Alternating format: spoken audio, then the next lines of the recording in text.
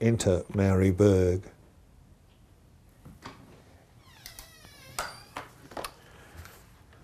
Good man. So tell me about, well, in a sec, is that hoi hoi you've got up? No, but I can bring it up. If that would be okay, that would be great. And then we can have a chat, because I'd love to have a chat about, well, what it is, I guess, to start with, that you've done with the sound.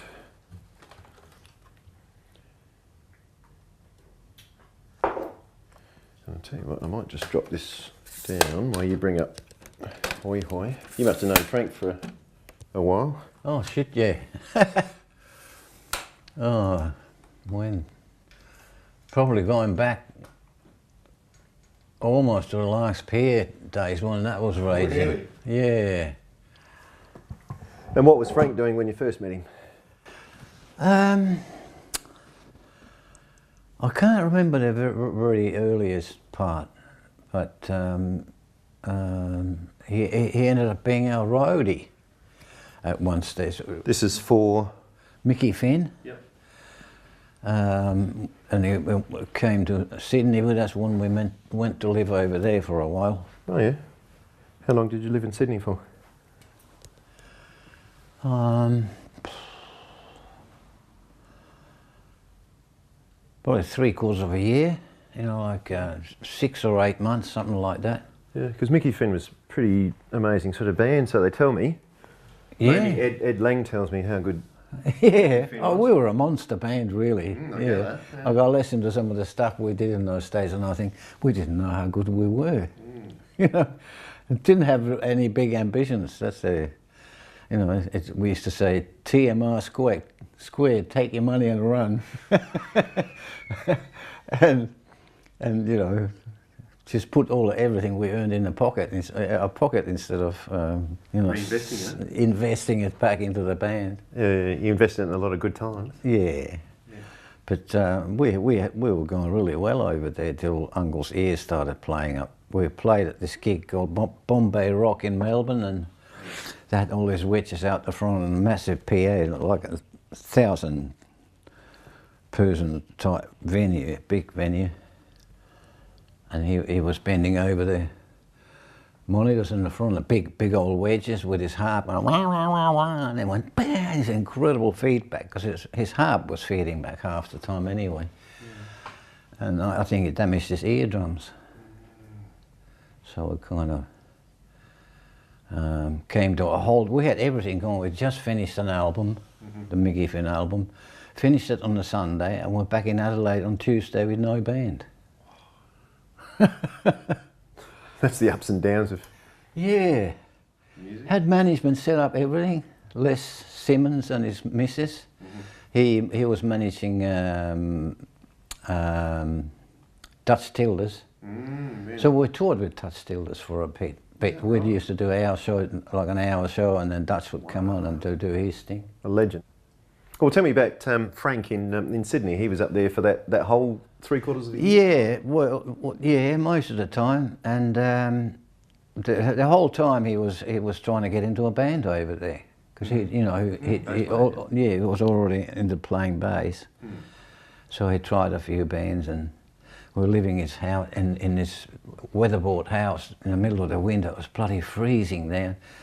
And I think Frank dropped out of the roadieing thing, but he was still living in the same house with us. And we came back from a gig somewhere, and Frank's standing in the kitchen with the gas oven on full blast with the door open, standing in front of it, practicing his bass.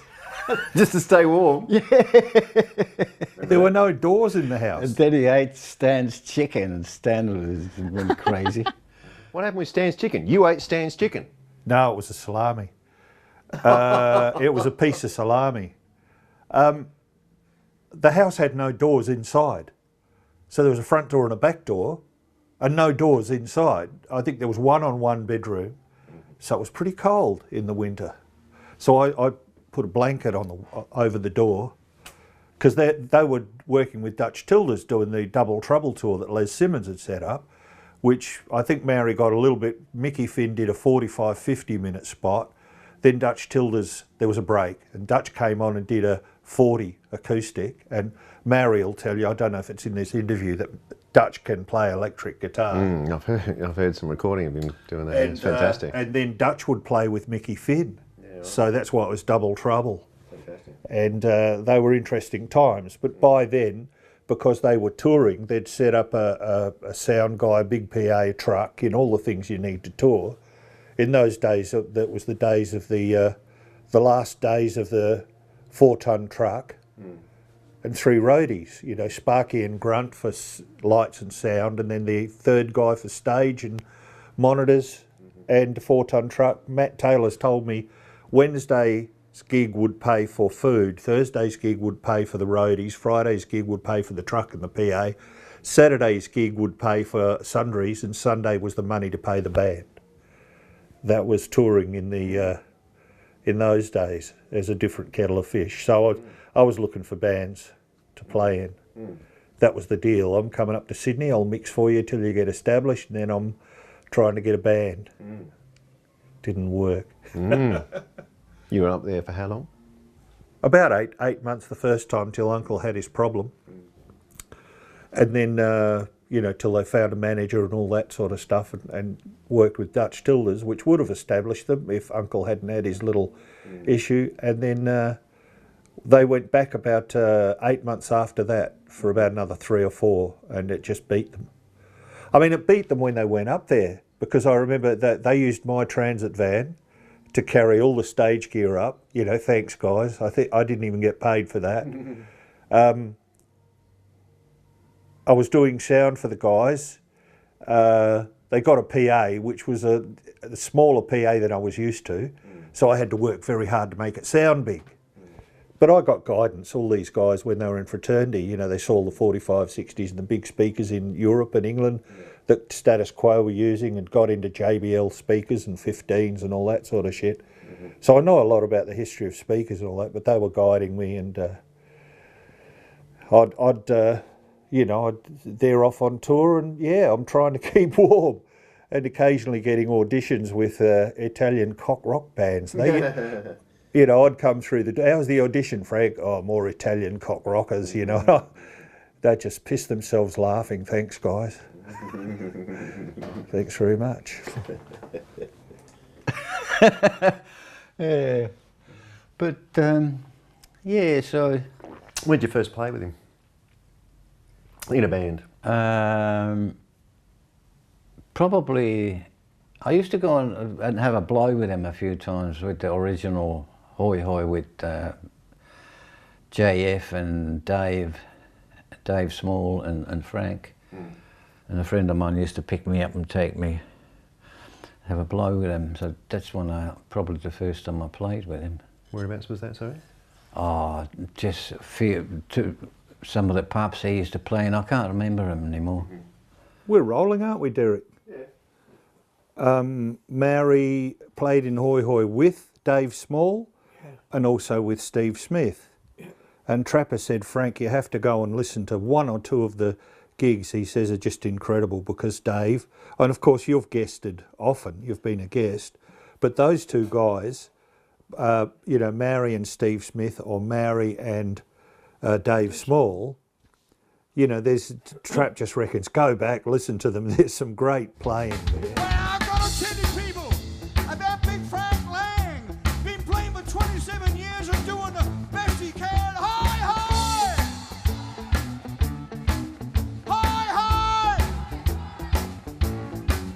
Hi, hi!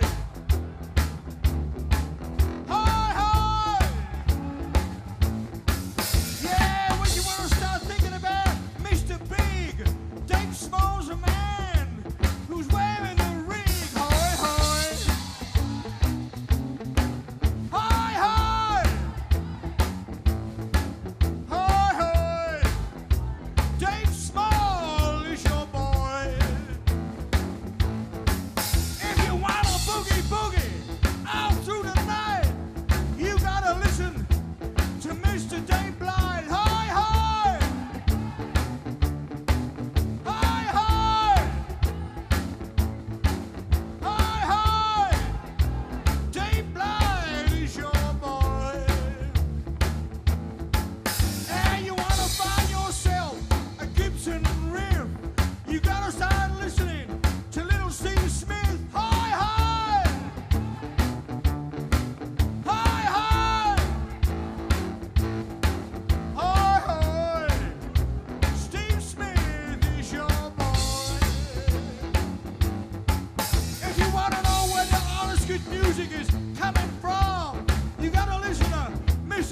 resonator down. Hi, hi. Hi, hi. Yeah, resonator down. Yeah, man, he's your boy. And if you think this music is nothing but crap, then you gotta listen to Mr. Trap. Hi, hi. Yeah. Hi, hi. Hi, hi. Trapper Draper is your boy. If you wanna be a free man, both day and night, listen to John over there, cause it's keeping it tight. Hi, hi. Hi, hi. Hi, hi. Yeah, John Freeman is your boy.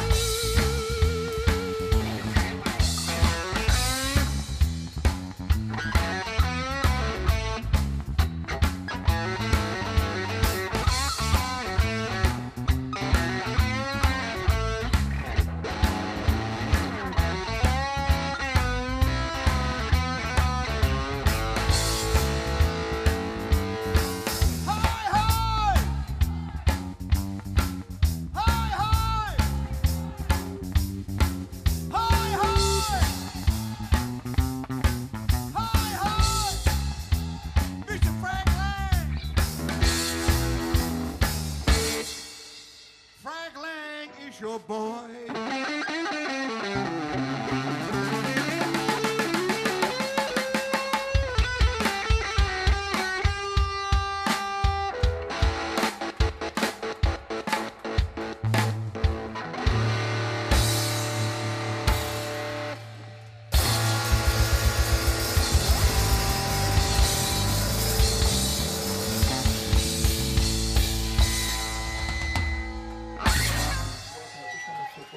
And then to get back to the DVD, which we're producing here, Yeah. on night time, where I think there were 4 guitar players, Joff was the drummer, and Dave Blight played some harmonica. Yeah.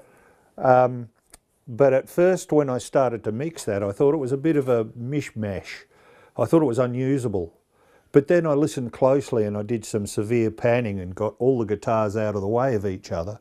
And the same thing's happening, not quite quarterly, but Mauri and you, and sometimes Dave Small, Mauri might ascend and then descend, and you're sort of following him. Interesting ideas. It happens in Baroque music, it happens in jazz music, and people think, oh, that's some kind of theoretical thing. It's not. It's a simple answer to it. Well, should it happen in blues music? Well, it did. Well, it should happen in all music, because all you have to do is listen to each other.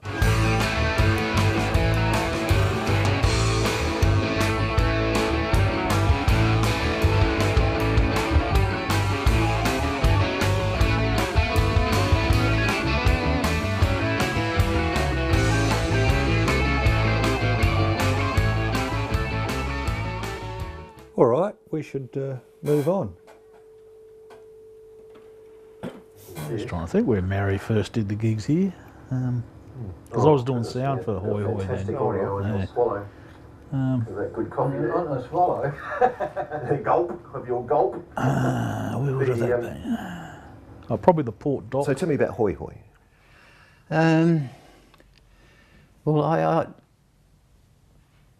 I had a couple of guys at different bands. There was outside of Mickey Finn, I had resurrected my band from the late 60s of W.G. Berg with a couple of different guys in that. Yeah, Rockola. I was trying to think of all the bands Mauri's been in. I probably didn't play for about 5 years. And then I can't remember where we were, probably having a few drinks at some party or something, and we kind of, I can't remember. I don't think I asked to join the band, but I think Frank must have asked me if I wanted to play, or Trap did, because Trap played in Mickey Finn for about almost 10 years. Like he was the longest serving drummer in Mickey Finn in the end. Would that be right, that it was you who maybe got Mauri into Hoi Hoi? Yeah. No, I got Mauri come along as a special guest. Oh yeah. And then he ended up being a special guest for the next probably 12 years. Yeah, so because of that,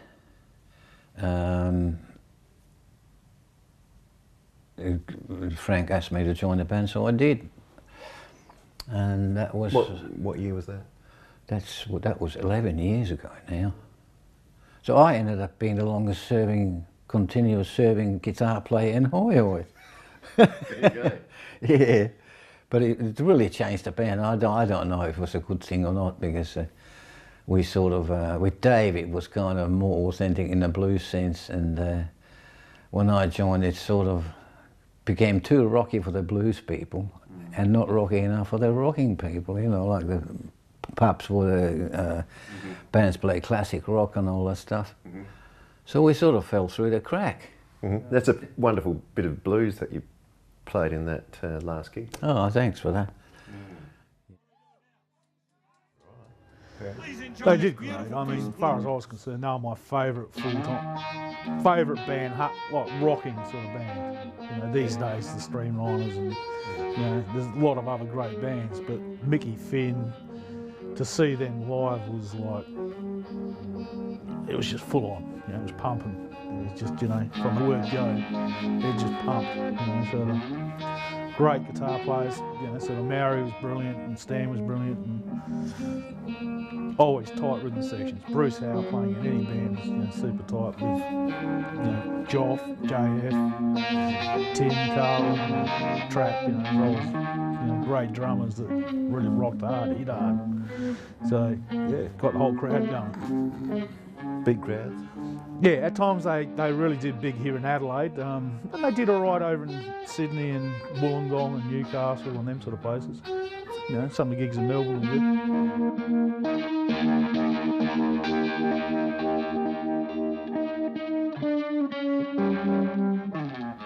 800 people, you know, 1,000 people. Bridgeway, you know, same sort of thing. They were always getting big crowds. They ran a lot of shows themselves, like Glenelg Lifesaving Club, you know, sort of on a Wednesday night, and they still put 400 people in there, 300 people. Semaphore Hotel, they used to, that front bar would be just totally packed solid, you know, 300 in there. Then they went into the back, into the dining room part, and that used to pack out as well, you know, sort of, any time they did it was just packed, you know, so.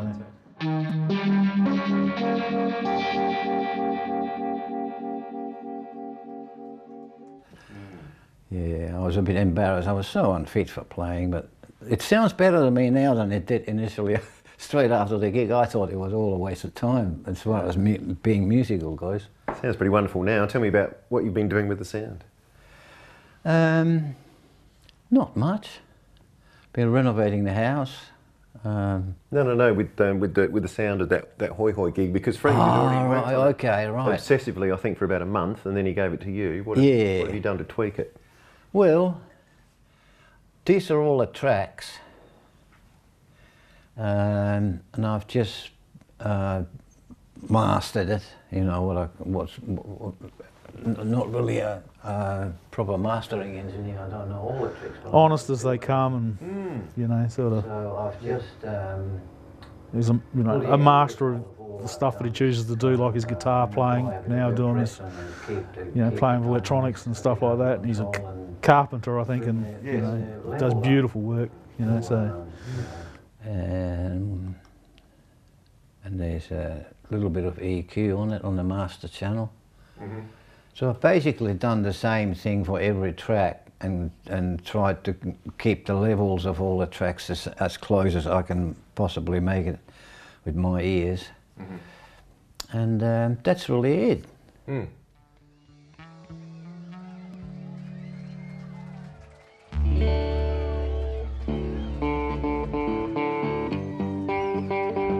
Thank you. This is the last one from Don.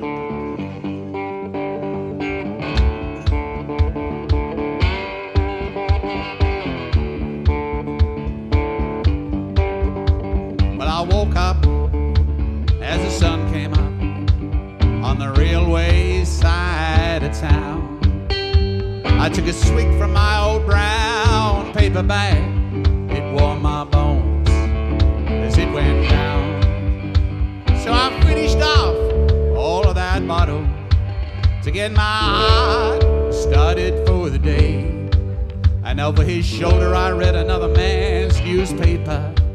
I saw the date, said the 4th of May, and I said to myself, happy birthday to me. Happy birthday to me. Happy birthday to me.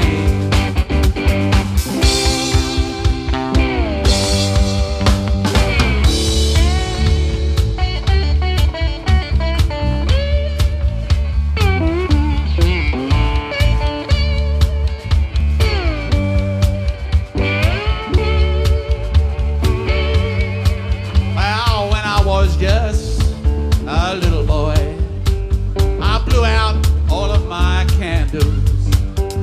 But I feel 100 years older now, and I'm blown out all my chances. Happy birthday to me. Happy birthday to me. Happy birthday to me. Happy birthday to me.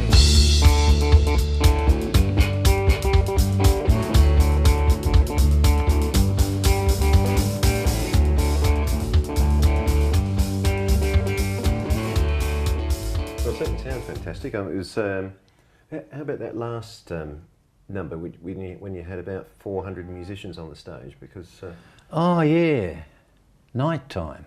yeah, but certainly that was a nightmare to film. What about the sound? Well, it came out good in the end.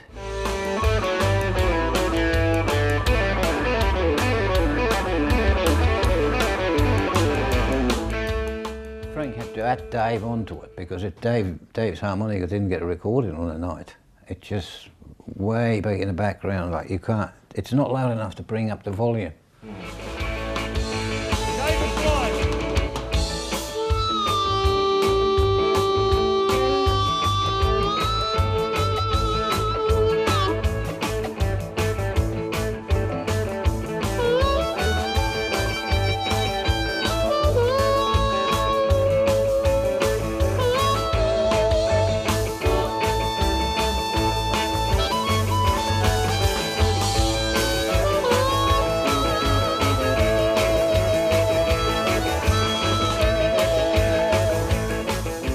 So a few days ago, Frank got Dave to go to his place and dubbed the harp on top. Fantastic. Wow. Yeah, but it came out all right.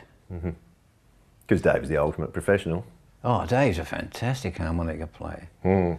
He's he can. What I really like about him, he has a little bit of a rocker on top of it. Like he can rock a bit more than your average blues harp players. You know, he's not all soft and nice. Like he gets pretty wild at times. He's got a little bit of uncle in him.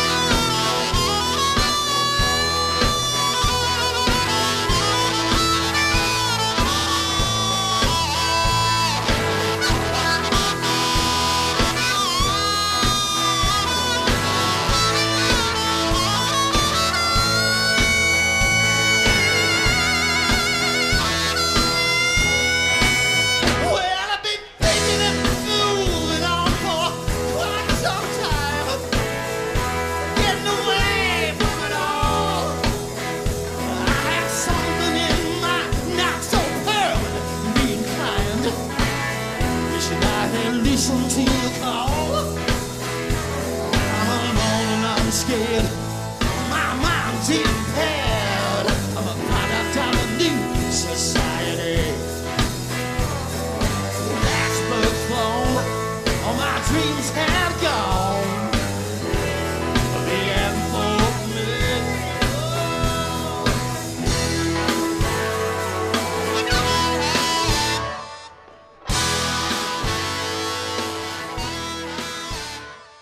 It's really amazing how much you can do. And you look at the instrument, like it's just got a few holes in it, you know, not many notes. And yet you can produce stuff like that. It takes a lot of dedication to learn to get that good. And you know, you've got to have a bit of talent in the first place to be able to pull it off. I think just a little bit, yeah. So what else can we talk about with Hoi Hoi? I guess who were the other guys who were in the band while you were in it? You were the, you know, one Dave, Dave and me both. Dave Small and me were both in it for quite a while, a few years. But then he was still in the Flyers, and he decided he couldn't handle being in two bands because he's got really bad arthritis in his hands. And he's got really tiny hands as well to start off with. But he's one of my favourite guitar players, Dave. If you listen to him really carefully, there are a lot of things that he does that neither me or Chris Finnen or any of the others actually do. He's more intricate. He's really good at having little groups of leading notes between what he does. And it's kind of rough because of his arthritis, but you've got to listen to it through that and actually listen to the content instead of the execution.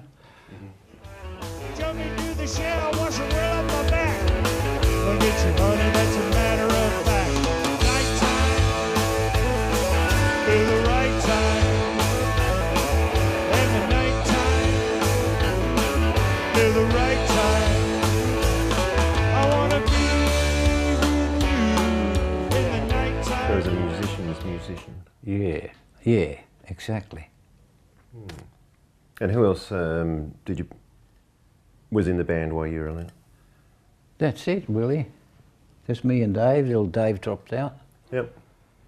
Well, you had obviously, how many different drummers were there? It was always Trapper? Oh, always Trap. Always Trapper? Yeah. When you see me pass you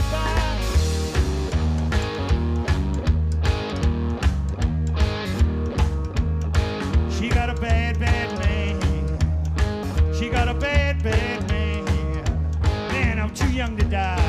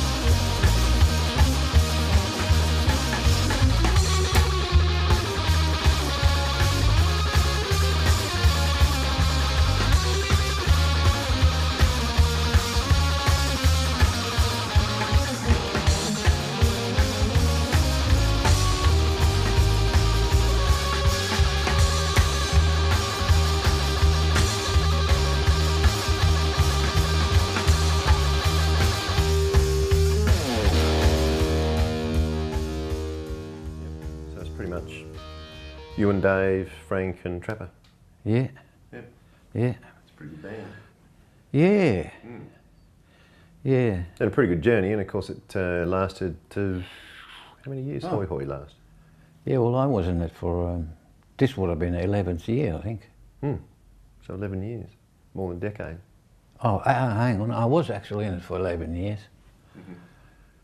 Because when I first joined I was 59.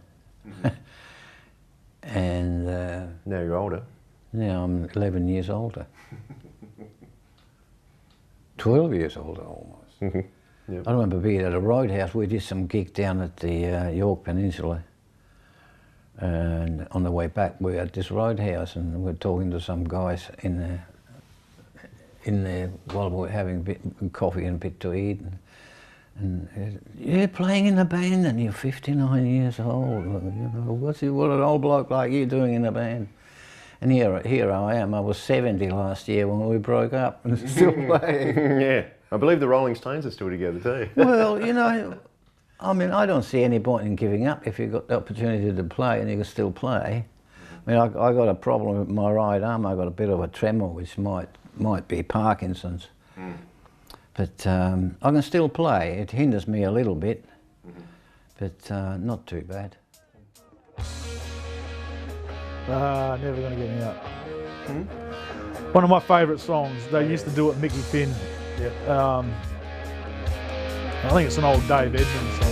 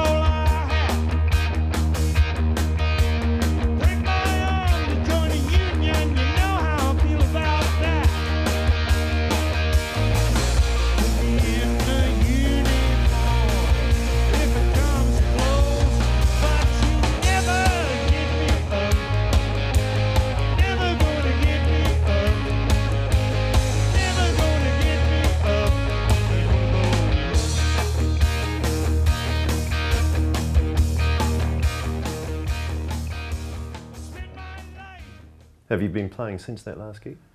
Oh, only sort of tinkering around here a bit. That's it. You got anything else coming up though that you're going to play? Or? Not really, unless Frank resurrects Hoi Hoi. Oh, he says he's not going to. Papa Legbar's going, right? Yeah. Not much work anyway. Well, times have changed, haven't they? Yeah. I mean, really, it's so different from the 80s. Oh, yeah. The best time was really, I came to Adelaide in 1968 from Whyalla, and that was from probably the mid-60s or early 60s till maybe the late 80s was, but even in the late 80s it was kind of starting to dwindle a bit. Pubs started putting poker machines in all the rooms that we used to play in. Rooms that hold 200 or 300 people, now they suddenly became full of poker machines because it's easy for the pubs to run those, you know. Put one or two people in charge of the room and just let it run instead of putting up a noisy bands and, you know, drunks and falling all over their place and fighting outside and having good times. Yeah. Yeah. Well, anyway, that's all I really had to ask. Thank you very much. Oh, right. MAURI Berg. Thank you, mate. No problem. Anything you wanted to add? Oh, not just cheers to everybody who's watching. Fantastic. Well, thank you very much. Thank you, mate. I'll pack it up with the beer.